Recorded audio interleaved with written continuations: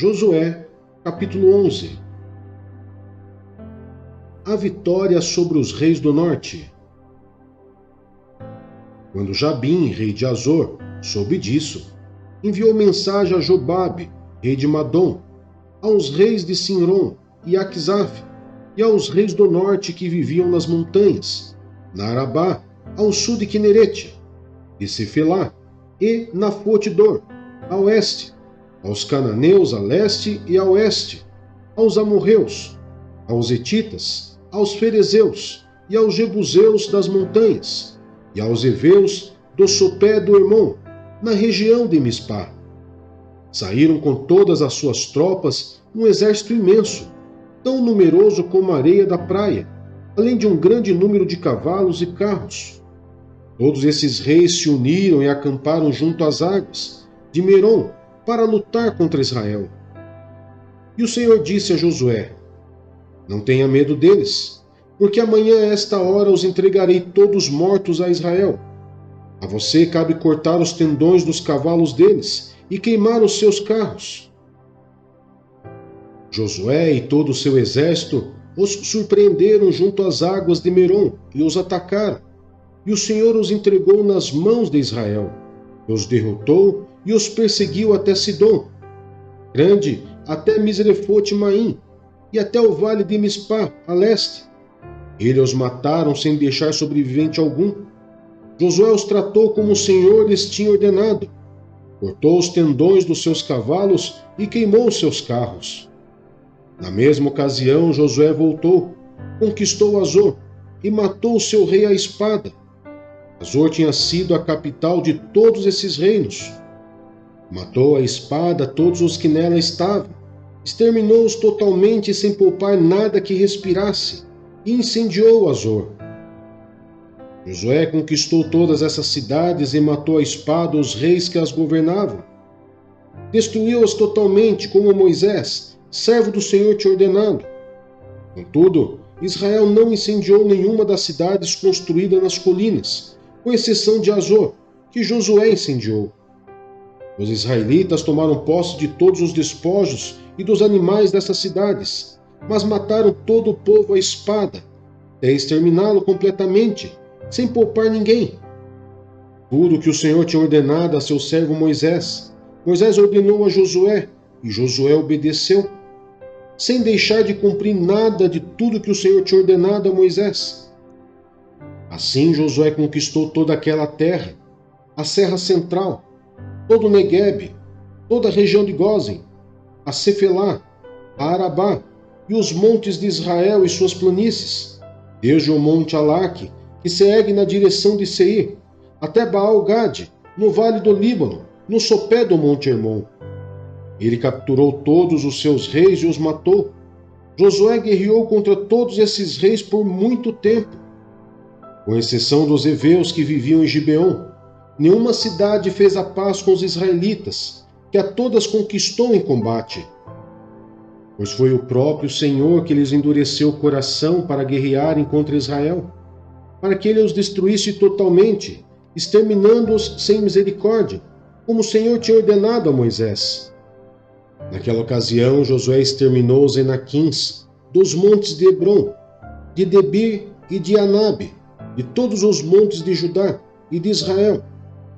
Josué destruiu-os totalmente, e também as suas cidades. Nenhum Enaquim foi deixado vivo no território israelita. Somente em Gaza, em Gate e em Asdod é que alguns sobreviveram.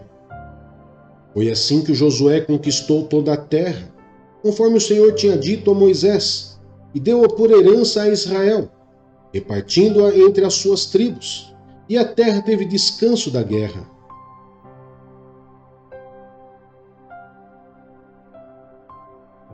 Salmos 143. Ouve, Senhor, a minha súplica, dá ouvidos à minha súplica.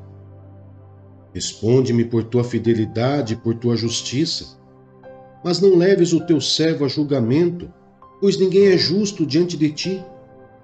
O inimigo persegue-me e esmaga-me ao chão. Ele me faz morar nas trevas, como os que há muito morreram. O meu espírito desanima, o meu coração está em pânico. E eu me recordo dos tempos antigos, medito em todas as tuas obras e considero o que as tuas mãos têm feito. Estendo as minhas mãos para ti, como a terra árida, tenho sede de ti. Apressa-te em responder-me, Senhor. O meu espírito se abate. Não escondas de mim o teu rosto, ou serei como os que descem a cova. Fazem-me ouvir do teu amor leal pela manhã, pois em ti confio. Mostra-me o caminho que devo seguir, pois a ti elevo a minha alma. Livra-me dos meus inimigos, Senhor, pois em ti eu me abrigo. Ensina-me a fazer a tua vontade, pois tu és o meu Deus.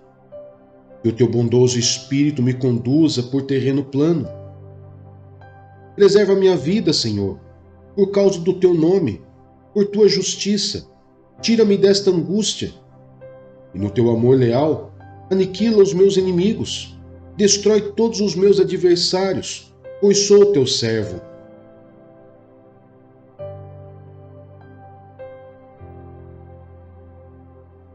Salmos 144. Bendito seja o Senhor, a minha rocha, que treina as minhas mãos para a guerra e os meus dedos para a batalha. Ele é o meu aliado fiel, a minha fortaleza, a minha torre de proteção e o meu libertador. É o meu escudo, aquele em quem me refugio. Ele subjuga a mim os povos.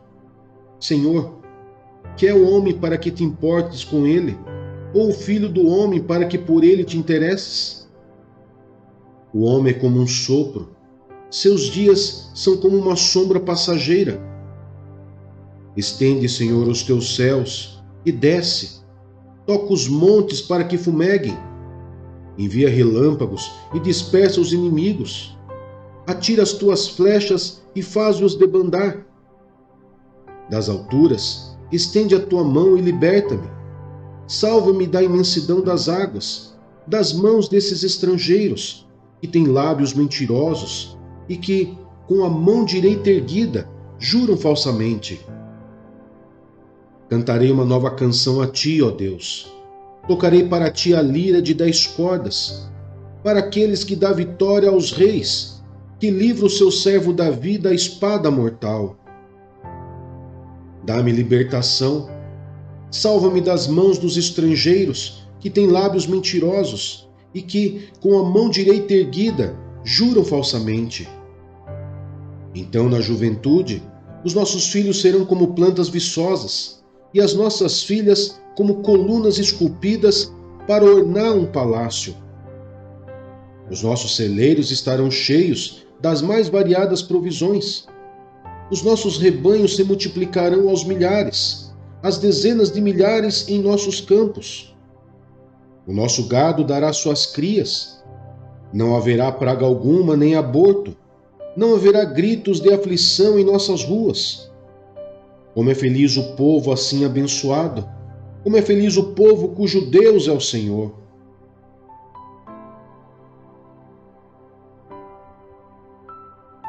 Jeremias, capítulo 5. Ninguém é justo. Percorram as ruas de Jerusalém, olhem e observem. Procurem suas praças para ver se podem encontrar alguém que haja com honestidade e que busque a verdade. Então eu perdoarei a cidade, embora digam, juro pelo nome do Senhor, ainda assim estão jurando falsamente. Senhor, não é fidelidade que os teus olhos procuram? Tu os feriste, mas eles nada sentiram. Tu os deixaste esgotados, mas eles recusaram a correção. Endureceram o rosto mais que a rocha e recusaram arrepender-se. Pensei, eles são apenas pobres e ignorantes, não conhecem o caminho do Senhor, as exigências do seu Deus. Irei aos nobres e falarei com eles, pois sem dúvida eles conhecem o caminho do Senhor, as exigências do seu Deus. Mas todos eles também quebraram o jugo e romperam as amarras. Por isso, um leão da floresta os atacará, um lobo da estepe os arrasará, um leopardo ficará à espreita nos arredores das suas cidades, para despedaçar qualquer pessoa que delas sair. Porque a rebeldia deles é grande, e muitos são os seus desvios. Por que deveria eu perdoar-lhes isso? Seus filhos me abandonaram e juraram por aqueles que não são deuses. Embora eu tenha suprido as suas necessidades, eles cometeram adultério e frequentaram as casas de prostituição. Eles são garanhões bem alimentados e excitados, cada um relinchando para a mulher do próximo. Não devo eu castigá-los por isso? Pergunta o Senhor. Não devo eu vingar-me de uma nação como esta? Vão por entre as suas vinhas e destruam-nas, mas não acabem totalmente com elas.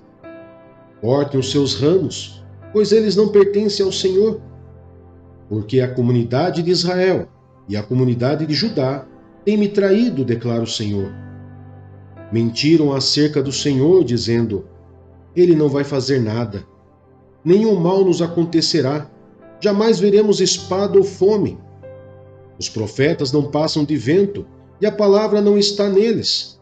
Por isso, aconteça com eles o que dizem. Portanto, assim diz o Senhor dos Exércitos: porque falaram essas palavras, farei com que as minhas palavras em sua boca sejam fogo, e este povo seja a lenha que o fogo consome.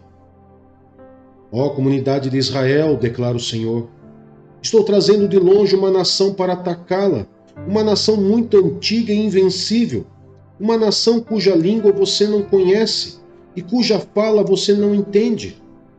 Sua aljava é como um túmulo aberto, toda ela é composta de guerreiros. Devorarão as suas colheitas e os seus alimentos, devorarão os seus filhos e as suas filhas, devorarão as suas ovelhas e os seus bois, devorarão as suas videiras e as suas figueiras. Destruirão ao fio da espada as cidades fortificadas nas quais vocês confiam. Contudo, mesmo naqueles dias, não os destruirei completamente, declara o Senhor. E quando perguntarem por que o Senhor, o nosso Deus, fez isso conosco, você lhes dirá: assim como vocês me abandonaram e serviram deuses estrangeiros em sua própria terra, também agora vocês servirão estrangeiros numa terra que não é de vocês. Anuncie isto à comunidade de Jacó e proclamem-no em Judá. Ouçam isto vocês, povo tolo e insensato, que tem olhos, mas não veem, tem ouvidos, mas não ouvem. Acaso vocês não me temem? Pergunta o Senhor. Não tremem diante da minha presença? Porque fui eu que fiz da areia um limite para o mar, um decreto eterno que ele não pode ultrapassar. As ondas podem quebrar, mas não podem prevalecer. Podem bramir, mas não podem ultrapassá-lo. Mas este povo tem coração obstinado e rebelde. Eles se afastaram e foram embora. Não dizem no seu íntimo: temamos o Senhor, o nosso Deus, aquele que dá as chuvas do outono e da primavera no tempo certo e nos assegura as semanas certas da colheita. Porém, os pecados de vocês têm afastado essas coisas. As faltas de vocês os têm privado desses bens. Há ímpios no meio do meu povo, homens que ficam à espreita como num esconderijo de caçadores de pássaros. Preparam armadilhas para capturar gente. Suas casas estão cheias de engano, como gaiolas cheias de pássaros. E assim eles se tornarão poderosos e ricos. Estão gordos e bem alimentados. Não há limites para as suas obras más. Não se empenham pela causa do órfão, nem defendem os direitos do pobre. Não devo eu castigá-los? Pergunta o Senhor. Não devo eu vingar-me de uma nação como essa? Uma coisa espantosa e horrível acontece nesta terra. Os profetas profetizam mentiras, os sacerdotes governam por sua própria autoridade, e o meu povo gosta dessas coisas. Mas o que vocês farão quando tudo isso chegar ao fim?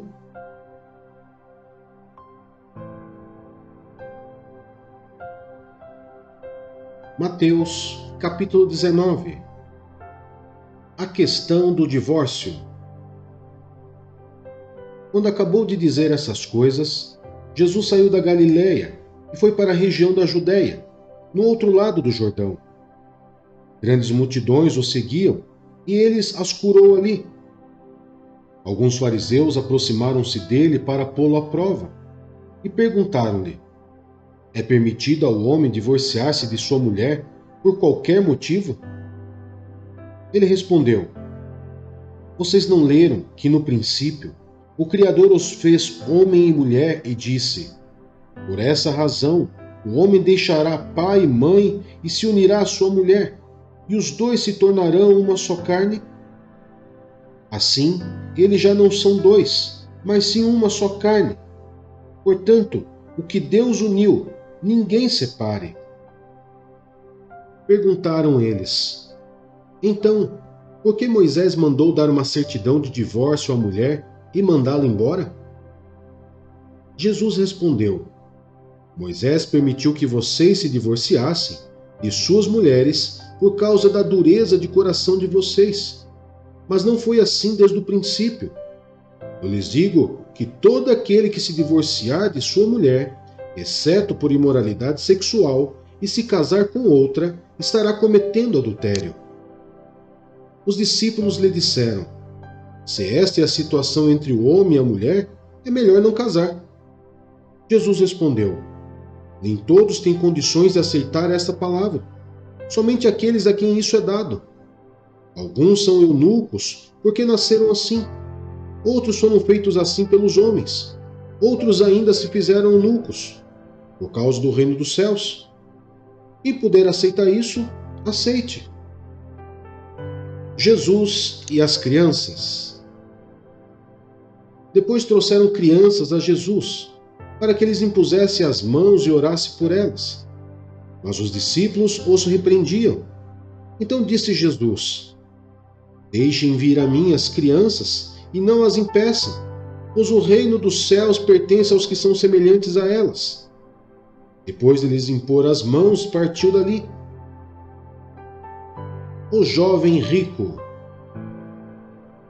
Eis que alguém se aproximou de Jesus e lhe perguntou: Mestre, que farei de bom para ter a vida eterna? Respondeu-lhe Jesus: por que você me pergunta sobre o que é bom? Há somente um que é bom. Se você quer entrar na vida, obedeça aos mandamentos. Quais? Perguntou ele. Jesus respondeu: não matarás, não adulterarás, não furtarás, não darás falso testemunho, honra teu pai e tua mãe, e amarás o teu próximo como a ti mesmo. Disse-lhe o jovem: a tudo isso tenho obedecido. O que me falta ainda? Jesus respondeu: se você quer ser perfeito, vá, venda os seus bens e dê o dinheiro aos pobres, e você terá um tesouro nos céus. Depois venha e siga-me. Ouvindo isso, o jovem afastou-se triste porque tinha muitas riquezas. Então Jesus disse aos discípulos: digo-lhes a verdade, dificilmente um rico entrará no reino dos céus. E lhes digo ainda: é mais fácil passar um camelo pelo fundo de uma agulha do que um rico entrar no reino de Deus. Ao ouvirem isso, os discípulos ficaram perplexos e perguntaram: nesse caso, quem pode ser salvo? Jesus olhou para eles e respondeu: para o homem é impossível, mas para Deus todas as coisas são possíveis. Então Pedro lhe respondeu: não deixamos tudo para seguir-te? Que será de nós? Jesus lhes disse: digo-lhes a verdade.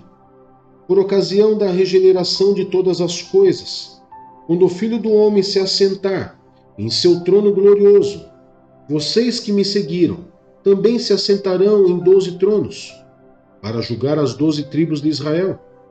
E todos os que tiverem deixado casas, irmãos, irmãs, pai, mãe, filhos ou campos, por minha causa, receberão 100 vezes mais e herdarão a vida eterna. Contudo, muitos primeiros serão últimos, e muitos últimos serão primeiros.